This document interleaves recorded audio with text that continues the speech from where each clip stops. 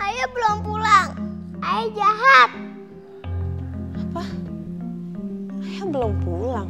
Iya, Bunda bohong. Katanya ayah pulang, terus nanti ditinggal sendirian.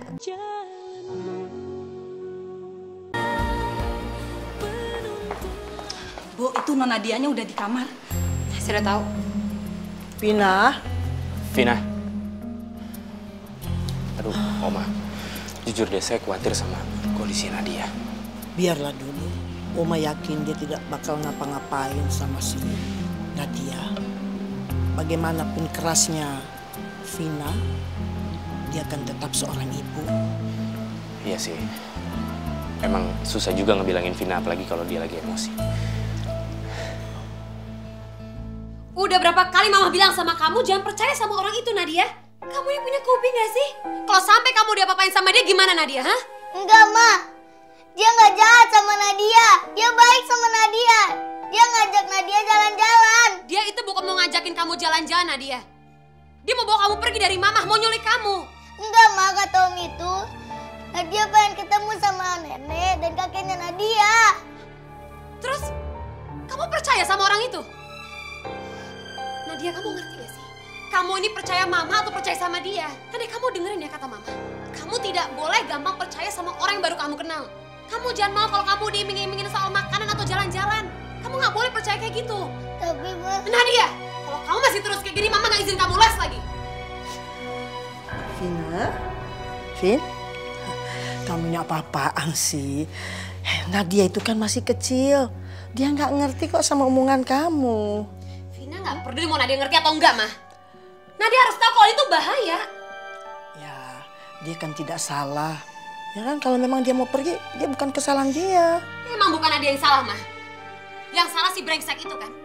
Ya sudah, kalau begitu kita ngomong di luar saja yuk. Yuk. Ayo, kita di luar saja ngomongnya.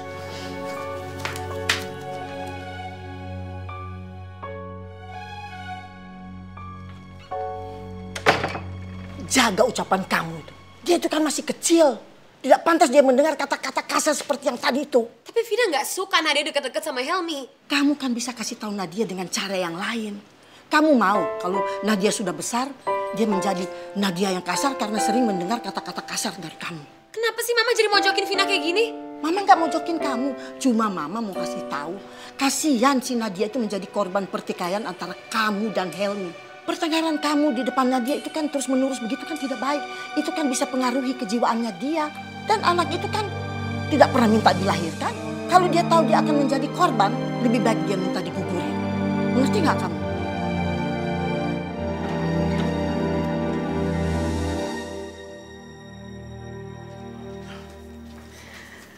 Aduh, Nadia sayang. Cucunya Oma nih, jangan nangis dong sayang. Oma tahu tuh kamu lagi sedih. Mama kamu tuh kan memang lagi emosi. Dia tuh sayang sekali sama Nadia. Mama, kenapa sih Mama nggak suka sama Om Helmi? Padahal kan Om Helmi sudah baik sama Nadia. Oh, begitu ya?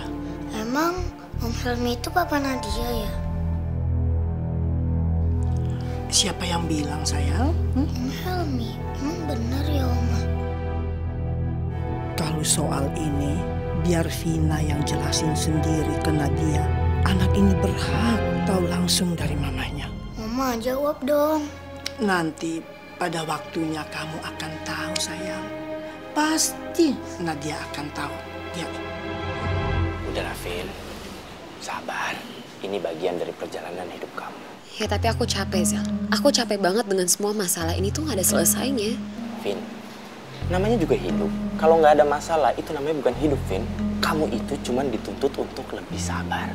Udah itu aja kok. Gampang kan? Tapi aku udah gak tahan hidup dengan banyak gangguan seperti itu, Zal. Kamu kapan mau nikahin aku?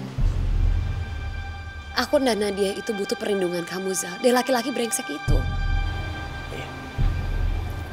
Iya, nanti kita omongin lagi ya.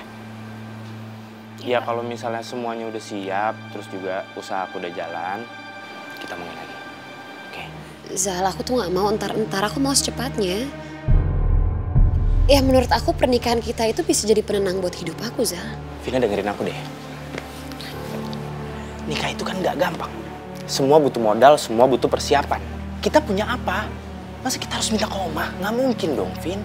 Uang yang kemarin, yang kamu kasih ke aku, itu juga udah habis. Kan semuanya buat modal usaha. Rizal, udah kamu tenang aja ya. Aku masih ada tabungan kok. Ya walaupun memang cuma sedikit, tapi itu cukup buat pernikahan kita. Yang penting aku mau kita resmiin dulu hubungan kita, Zal. Tapi kan nggak sesimpel itu, Vina. Semuanya itu ada persiapannya. Zal, aku juga gak minta dipestain kok. Yang penting itu ini sederhana aja, dan yang penting itu kita sah di mata Allah.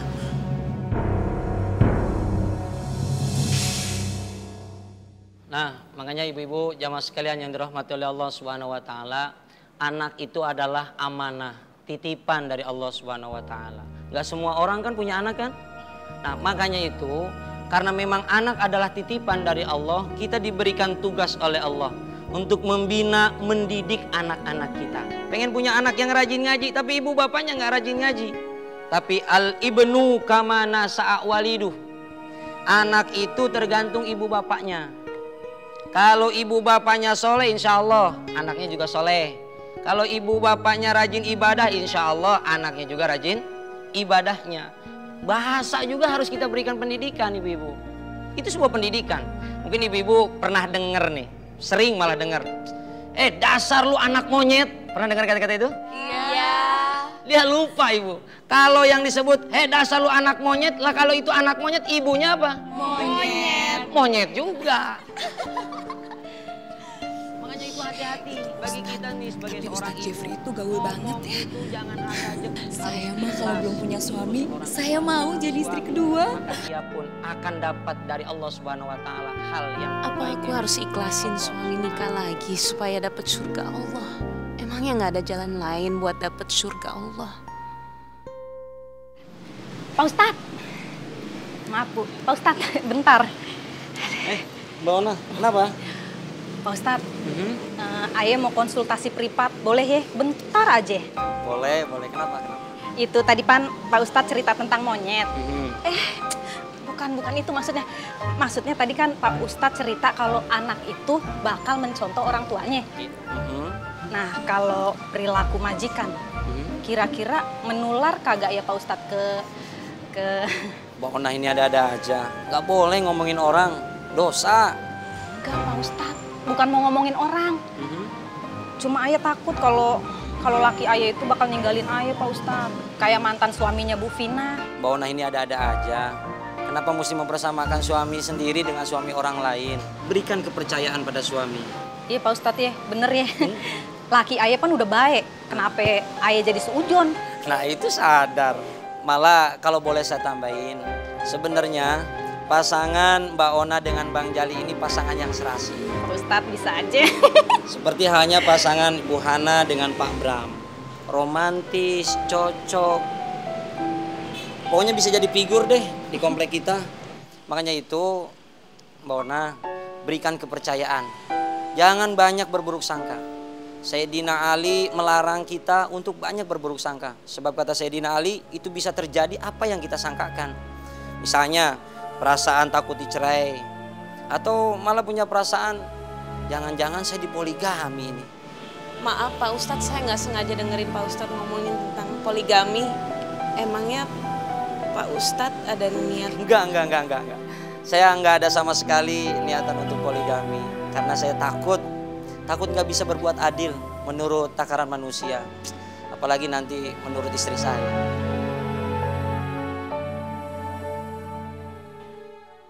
Assalamualaikum. Loh, Rosi kok nggak jawab Bunda? Rosi sebel sama Ayah. Pasti Ayah lupa beliin kamu boneka ya. Ayah belum pulang. Ayah jahat. Apa? Ayah belum pulang. Iya, Bunda bohong. Katanya Ayah pulang. Terus nanti ditinggal sendirian. Astagfirullahaladzim. Rosi, Bunda nggak bohong dong sama kamu. Tadi kan kamu juga udah ngomong sama Ayah, katanya Ayah udah mau pulang, ya kan? Rosi. Maaf Bu, tadi saya sudah bujuk Non Rosi buat makan, tapi Non Rosinya nggak mau, Bu. Jadi dari tadi dia belum makan? Iya, Bu. Katanya nunggu ayahnya sampai pulang, Bu. Ya Allah. Apa jangan-jangan Mas Bram ada janji lain? Astagfirullahaladzim. Enggak, aku nggak boleh suzon sama Mas Bram.